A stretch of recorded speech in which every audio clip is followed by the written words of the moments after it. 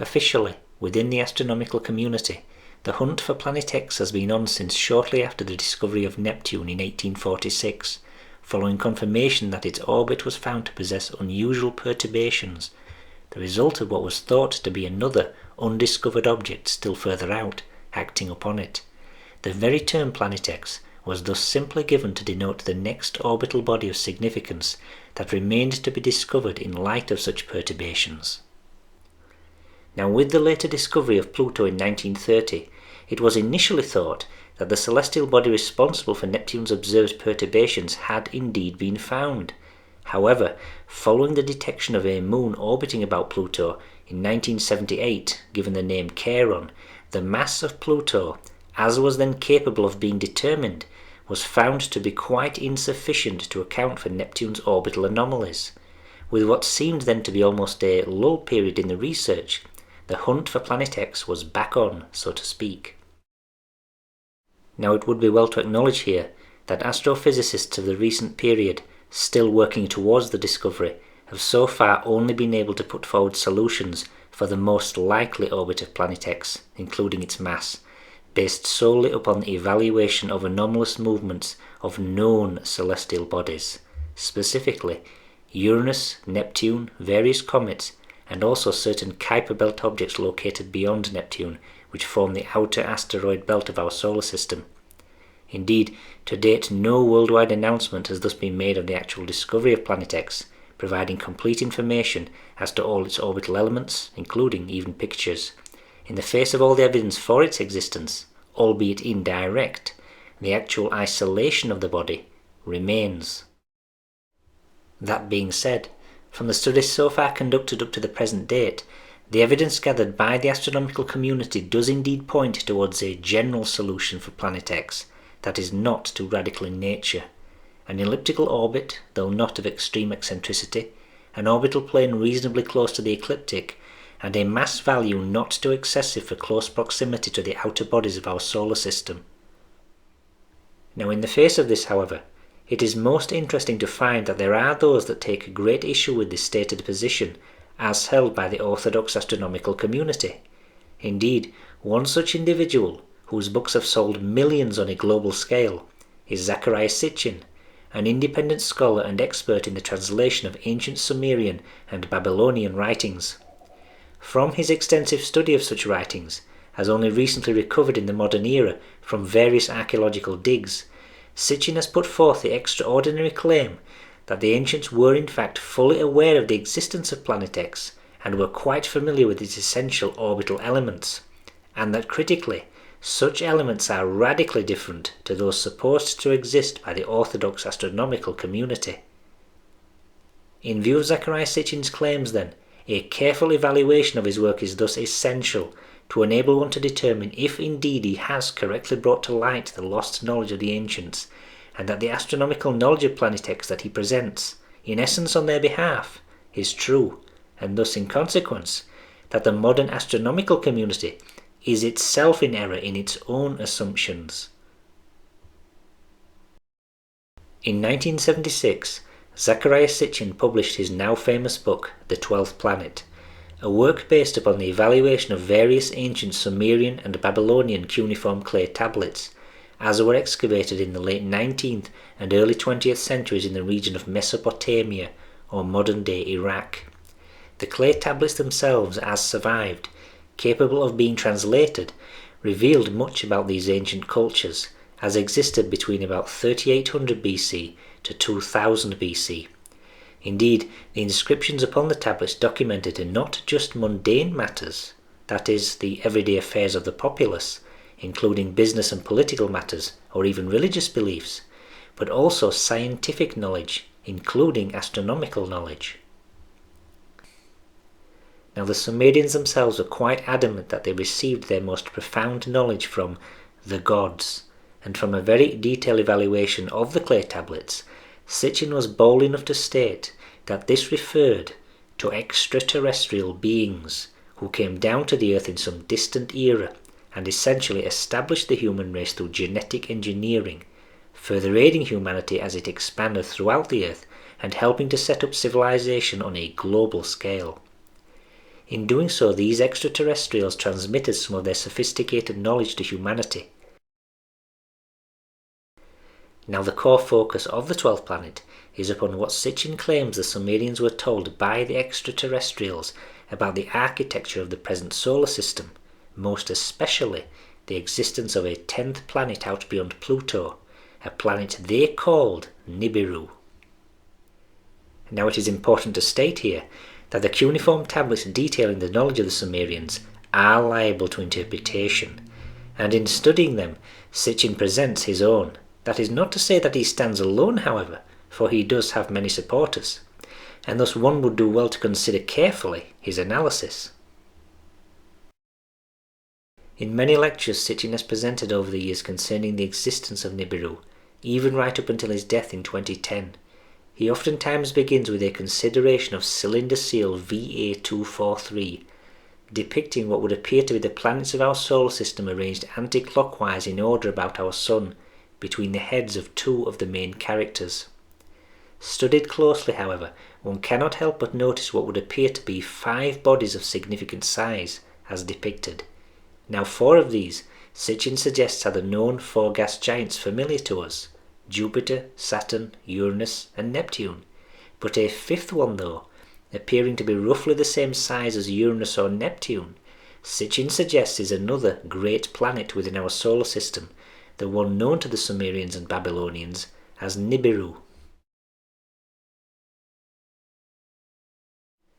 Now from his analysis of the ancient cuneiform texts, Sitchin puts forward the view that Nibiru is in a highly eccentric orbit about our Sun, wherein the planet spends most of its time well out beyond Pluto. Its placement upon the cylinder seal somewhere between Mars and Jupiter, though, is explained by Sitchin as being chosen to designate its perihelion, or closest approach to the Sun, which he indeed theorizes to be somewhere halfway between Mars and Jupiter. Now further to this, according to Sitchin, the planet Nibiru is one that was not an original member of the solar system when it was first formed, but one that came into our solar system after its original configuration was well established. It was the manner of entry of the body into the system and ultimate capture by the Sun that established its orbit with a perihelion between Mars and Jupiter. The essential astronomical narrative that Sitchin presents from his study of the cuneiform tablets as to the early formation of the solar system is, in point of fact, based upon a mythological description of various battles between powerful gods within the heavens. Sitchin actively interprets stories of the wars and intrigues between the various gods as referring to actual celestial events, e.g., 2 gods clash in battle means 2 planets physically crash into one another. In brief, Sitchin's narrative, with accompanying diagrams as cited from his books, is as follows. In the early stages of the solar system prior to the entry of Nibiru and also the creation of the Earth, the planets about the Sun were in a slightly different arrangement to that of the present age, and certain notable features of our solar system, as existent today, were not yet established. One example is the creation of the asteroid belt between Mars and Jupiter. Looking at one of Sitchin's diagrams, figure 105, one can see 9 bodies about the Sun. Their order in terms of extended distance from the central solar body begins with Mercury, going anti-clockwise about the Sun. Now a few key features must be noted. In the absence of the asteroid belt, there is a planet present known as Tiamat. This occupies a position roughly halfway between Mars and Jupiter. One may also note that Pluto is not the furthest out from the Sun. Indeed, from his study of the cuneiform tablets, Sitchin believes that Pluto was originally a moon of Saturn. Per his interpretation of the Sumerian mythologies, a new god enters the arena that is our solar system. The name of this new god is Marduk, a wandering planet, if you will, from deep space, that has what one might characterize a chance encounter with our solar system. Upon its approach, Marduk is affected by the gravitational influence of the Sun and the other planets, such that its trajectory is significantly altered, forcing it deep into the inner solar system. Coming in clockwise to all of the other planets, it agitates each in turn as it passes. Moreover, its motion deep within the system puts it on a direct collision course with the planet Tiamat. An epic battle ensues between these gods, Marduk and Tiamat, with the latter itself aided by another minor god, its accompanying moon, Kingu. As a result of the encounter, which involves a direct collision between Marduk and Tiamat, the latter celestial body is vanquished and cleaved into two, with debris strewn throughout the system. Now, according to Sitchin's interpretation of the cuneiform tablets, a small portion of the debris from the encounter settles to become the debris field that we know today as the asteroid belt, the rest undoubtedly being drawn towards and accumulated by the other major bodies of the solar system, notably Jupiter. In addition, a major surviving fragment of Tiamat, failing to disintegrate completely, is knocked from its orbit roughly halfway between Mars and Jupiter to settle into an orbit much nearer to the Sun.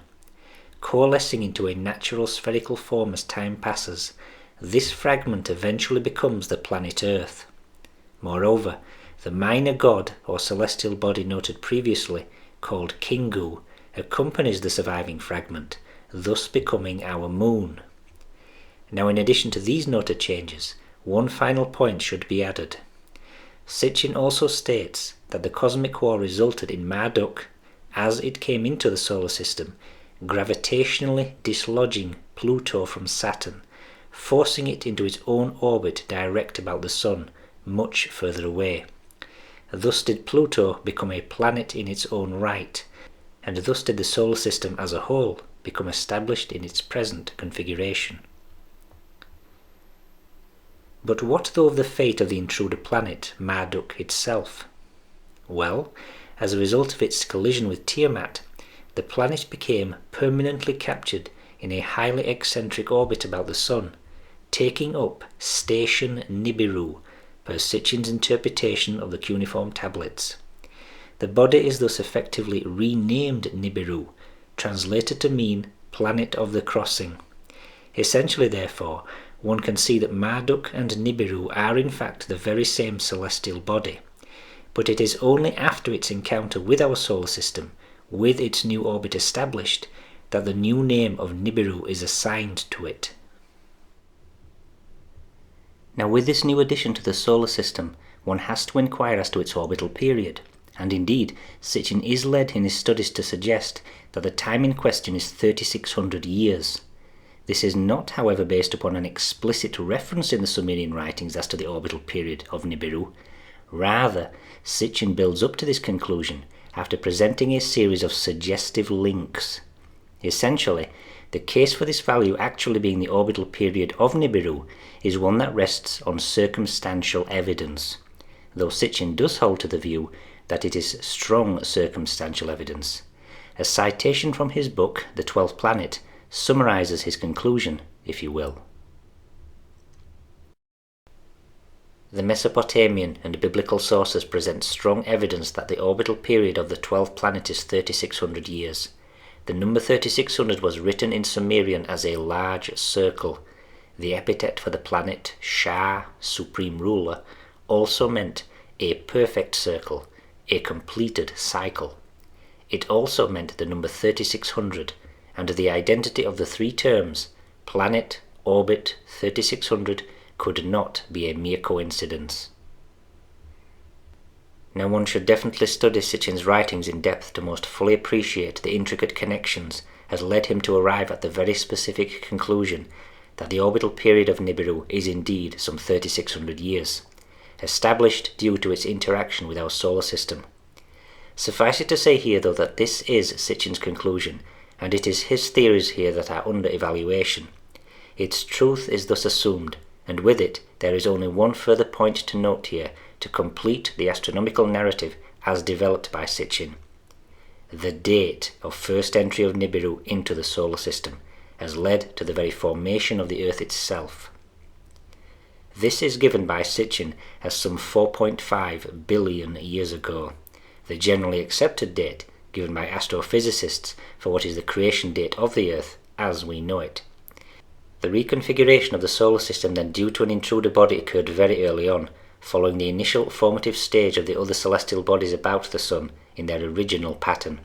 Following its entry, though, Nibiru is said to have established itself in a highly elliptical orbit, 3,600 years in length about the Sun, retaining a relatively stable pattern right up to the present day, essentially in harmony with all of the other planets as they stand in their own orbits.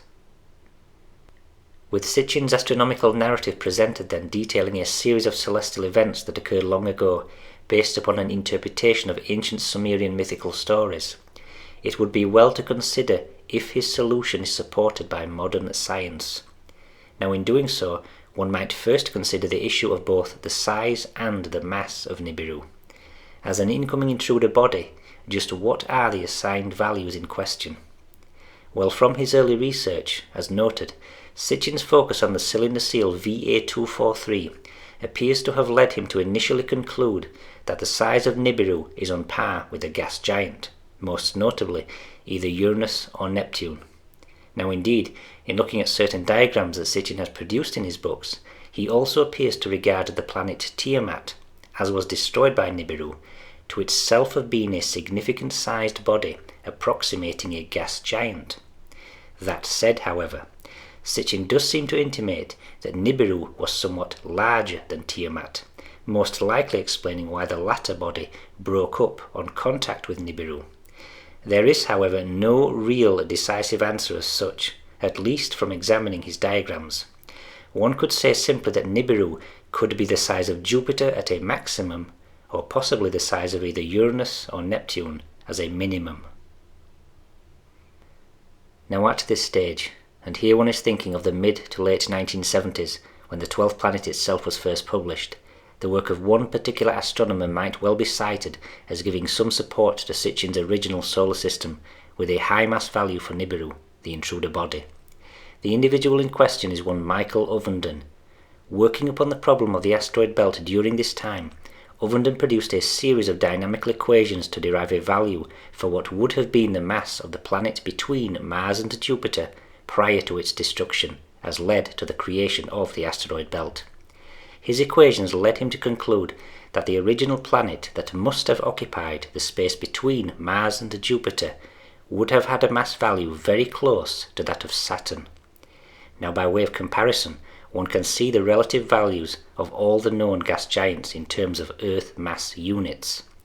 If Tiamat thus possessed a high mass value on par with Saturn, then this would support a still higher mass value for Nibiru, the incoming planet that collided with Tiamat. The work of Ovenden here does appear then to offer some support to Sitchin. That being said, however, as Sitchin's work progressed into the 1980s and 90s, it would seem that he completely revised his position on the mass of both Tiamat and Nibiru. Indeed, by the time of the publication of his book Genesis Revisited in 1990, Sitchin had totally disregarded the notion that either of the celestial bodies were on par with a gas giant. Instead, the favoured mass values for both bodies were now thought to be only on the order of some small multiple of the mass of the Earth. In effect, then, he appears to have downgraded the significance of the cylinder seal VA243 somewhat, though still holding to the view that the diagram in question does depict the current solar system. Sitchin appears to have dropped the notion that the noted additional planet, top left, is depicted in terms of its real proportional size relative to the other bodies. Now, this change of view seems to have come in large part from consultation with various astronomers regarding the latest discoveries pertaining to the search for Planet X, what Sitchin himself holds to be the Sumerian Nibiru. With this noted then, in his book Genesis Revisited, Sitchin is highly critical of the work of Ovenden, which he does indeed appear to be intimately familiar with.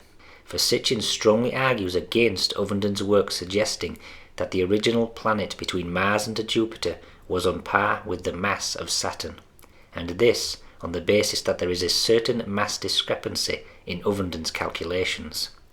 One can see the noted passage detailing Sitchin's criticism of Ovenden, as cited from Genesis Revisited. Indeed, in this section of his book, Sitchin further clarifies the situation with regard to Nibiru encountering Tiamat, The latter body, Sitchin notes, is referred to as the cleaved body, suggestive of it being smashed into two roughly equal pieces, one of which Sitchin believes became the Earth. To quote, "If Earth is the remaining half of Tiamat, then Tiamat was roughly twice the size of the Earth, not 90 times. Now, with this point noted, Sitchin's further research, in consultation with astronomers, led him ultimately to conclude that the mass of Nibiru was some measure greater than two Earth masses, though not extremely so, certainly not anywhere near the size of any of the four known gas giants in our solar system." Indeed, one may cite in particular a most notable meeting between Sitchin and Dr. Robert Harrington of the United States Naval Observatory, conducted as part of a television documentary, wherein Sitchin presented to Harrington some of his theories concerning the early formation of the solar system and Planet X, or Nibiru, as Sitchin refers to the celestial body in question. Now, Harrington himself is credited with writing an important research paper upon the issue of the existence of Planet X, and this based upon observed anomalies in the orbits of Uranus and Neptune, as noted at the beginning of this presentation. The paper in question is dated 1988, and from his analysis, Harrington is able to propose a theoretical orbit for Planet X about our Sun, presenting a list of its key orbital elements and its probable location, somewhere in the region of Scorpius. Of the values as given, one may note first of all the estimated mass of Planet X at some 4 Earth masses, which indeed Harrington derives from the detected perturbations of Uranus and Neptune. Moreover, this very value Sitchin himself appears to directly adopt as the mass value for Nibiru, no doubt due to his conversations with Harrington. And this is evidence from his book Genesis Revisited, wherein Sitchin actually references the very research paper by Harrington as is here being discussed. In the context of his belief that the original mass of Tiamat was some 2 Earth masses, Sitchin suggests that the mass of Nibiru, as crashed into it, must be fractionally greater than Tiamat, being itself on par with some low multiple of the mass of the Earth. Essentially, Sitchin appears to throw his lot in entirely with Harrington's mass estimate for Planet X, claiming that this must be the mass of Nibiru under his own system. That said, however, it is important to note that all of the other key orbital elements proposed by Harrington are roundly rejected by Sitchin. The most obvious, of course, is the proposed orbital period of Planet X. Harrington's value of 1019 years is markedly different from Sitchin's proposed value of 3600 years. Indeed, the very orbit itself as described by Harrington in no way conforms to that of Sitchin, as would lead to a deep penetration of Planet X into the inner solar system. In this regard, one may consider the value for the semi-major axis, or mean distance from the Sun of Planet X, given by Harrington as 101.2 astronomical units. Now, with 1 astronomical unit itself being the mean distance between the Earth and the Sun, at some 93 million miles, one can see then that Planet X is estimated by Harrington to be about 100 times further out from the Sun than the Earth itself, on average. Now, this last point is critical, as indeed Harrington gives an eccentricity value for his proposed Planet X of 0.411. Now, were in fact the value here to be exactly 0, it would describe a perfectly circular orbit, and thus a value of 0.411 gives an orbit that is a significant deviation from a precise circle. But what does this say, though, about just how close the object gets to the Sun, its perihelion? Well, based upon a semi-major axis of 101.2 AU and an eccentricity of 0.411, such a body orbiting the Sun would attain its closest approach at some 60 AU. The object would never get closer than this to our central star, and indeed, as Pluto itself has an orbital distance of some 40 AU, Harrington's Planet X is one that has never and will never enter deep into our solar system. Now for Sitchin's Planet X, i.e. Nibiru, with an orbital period of 3600 years and a perihelion on par with the asteroid belt at some 2.7 AU, the orbital eccentricity is over 0.99. It can be seen then that after consultation with Harrington, Sitchin is willing to adopt Harrington's mass value for Planet X as being that of Nibiru. However, all the other orbital elements as proposed by Harrington are rejected by Sitchin in favour of his own orbit as based upon his interpretation of the Sumerian texts.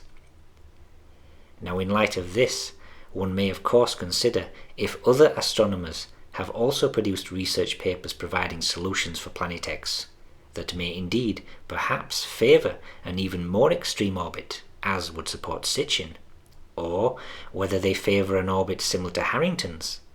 In doing so, one has to concede that such support is directed towards the work of Harrington and not Sitchin. Indeed, one such research paper published in 1990 by Neuhauser and Fitzinger, some 2 years after Harrington's own, provides an orbital solution for Planet X as being even more circular. In this instance, the researchers evaluate the orbital patterns of comets to arrive at a solution. From the key values as highlighted, one can see that the mean distance from the Sun, as proposed for Planet X, is some 83 astronomical units. Now this is of course significantly less than Harrington's at 101.2 AU. That said, however, the eccentricity of Harrington's proposed orbit at 0.411 gave his body a closest approach of some 60 AU. In contrast, the paper by Neuhauser and Fitzinger assigns an eccentricity to Planet X very close to zero at 0.019. As a result of this, it does not get closer than even 80 AU to the Sun at any point in its orbit. Moreover, in maintaining such an orbit about the Sun, the mass solution for the object is slightly greater than that of Harrington, though indeed subject to quite a margin of error. Here Neuhauser and Fitzinger propose a mass solution of 5.1 Earth masses. One can clearly see then that other researchers, and not just Harrington, are of the mind that the best solutions for Planet X do not result in an object penetrating deep into the inner solar system. That noted, however, the papers by Harrington, Neuhauser and Fitzinger are well over 20 years old as of the present time, and much has changed within the field. It would be well therefore to consider some of the more recent research in this area of study in light of new discoveries. In doing so, it would of course be well to note one of the most important developments to have occurred within astronomy over the past 2 decades, that being the discovery of a whole host of new minor planets further out beyond Pluto. Indeed, as a result of this, Pluto was demoted to the category of minor planet itself in 2006, prior to which it was considered to be a full major planet, so to speak, its status being equal to that of all others. The discovery of these new bodies has of course led to a deeper consideration of Planet X as a significant sized object in the outer reaches of our solar system, and one may cite a very recent paper from January 2013 whose introduction notes that the latest scenarios for Planet X, as a body quite close to our solar system, posit mass values significantly less than the previous work of Harrington, Neuhauser and Fitzinger. Here one can see the critical statement that the work to date favours a mass value of 0.7 Earth masses for a Planet X existing between a range of 100 and 200 AU from the Sun. Now one may recall the paper by Harrington in particular that proposed an average distance for Planet X of 100 AU combined with a mass value of 4 Earth masses. Here then the latest summary of the research pertaining to Planet X offers a mass value of 0.7 Earth masses, and this beginning at 100 AU. Now in addition, one may indeed note also that there is a proposed solution for Planet X, being a celestial body some 10 to 20,000 AU distant from the Sun, on par with the mass of several Jupiter masses. Now such a solution here is based upon work looking at climate and the geophysical record of the Earth over extreme lengths of time, and tying in abrupt changes to the influence of a celestial body, itself with an extreme orbital period. In the literature to date, one finds therefore proposals which involve Planet X either being somewhat very close to the known planets of our solar system, or being at rather an extreme distance. There are arguments for both cases. In noting this though, there is yet a further discovery within astronomy that strengthens the case for Planet X as being very close to the known major bodies of our solar system, closer even than the early proposals of Harrington, Neuhauser and Fitzinger. Indeed, it is important to realize that when these scientists produced their papers and developed their solutions for Planet X, they were completely unaware of the existence of a second asteroid belt within our solar system, just out beyond Neptune. Discovered in 1992 and commonly referred to today as the Kuiper belt, the existence of this additional asteroid field came to light some 2 years after the paper published by Neuhauser and Fitzinger, and 4 years after the paper published by Harrington. Now the Kuiper belt itself is an asteroid belt similar in many ways to that which exists between Mars and Jupiter, although the scale of the field is far greater. Beginning at some 30 AU from the Sun, at about the same distance as Neptune, the field extends to approximately 50 AU, being in estimate some 20 to 200 times more massive than the asteroid field between Mars and Jupiter. Now in terms of population, it is believed that there are some 100,000 Kuiper belt objects within the field over some 60 miles in diameter. Indeed, one may consider that the now designated dwarf planet Pluto is one of the largest objects within the Kuiper belt. That said, however, the vast bulk of the small objects that make up the field are composed largely of frozen volatiles, termed ices, such as methane, ammonia and water, differing quite markedly from the most regular asteroids, which themselves are composed primarily of rock and metal. With respect then to this newly discovered outer asteroid belt, certain astronomers have been able to conduct studies of some of the more prominent objects within the field, revealing perturbations that are once more suggestive of a significant sized body existing somewhere out beyond the outer edge of the field itself. In this one may cite Rodney Gomes, an astronomer at the National Observatory of Brazil in Rio de Janeiro. In an evaluation of 92 Kuiper belt objects, Gomes found that 6 of them appeared to be tugged out of their regular orbits, and suggested that this was due to another object of some significant size disrupting them. And one can see in the paper, as on screen, 2 solutions given. One is for a Neptune-sized object at some 1500 astronomical units distant from the Sun, and another is for an object the size of Mars, with a close approach at some 5 billion miles to our central star. Now indeed, one may note here that the mass of the planet Mars is equivalent to about 1/10 of the mass of the Earth, or 0.1 Earth masses, and also that the sighted distance of 5 billion miles is equivalent to some 54 astronomical units. Now the close approach solution hereby given is most intriguing when one considers the very presence of the Kuiper belt. For as already noted, the outer edge of the belt cuts off at some 50 astronomical units. Indeed, one researcher, Patrick Likauka of Kobe University, has claimed that the gravitational attraction of an unseen large planetary object, perhaps the size of Earth or Mars, might be responsible for the sudden cut-off of the Kuiper belt.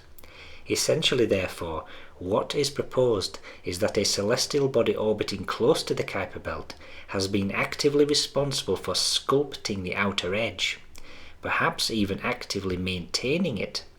In consequence, the very orbit of such a body would closely conform to the outer edge of the field, and thus not possess an eccentricity that would take it deep within the inner solar system.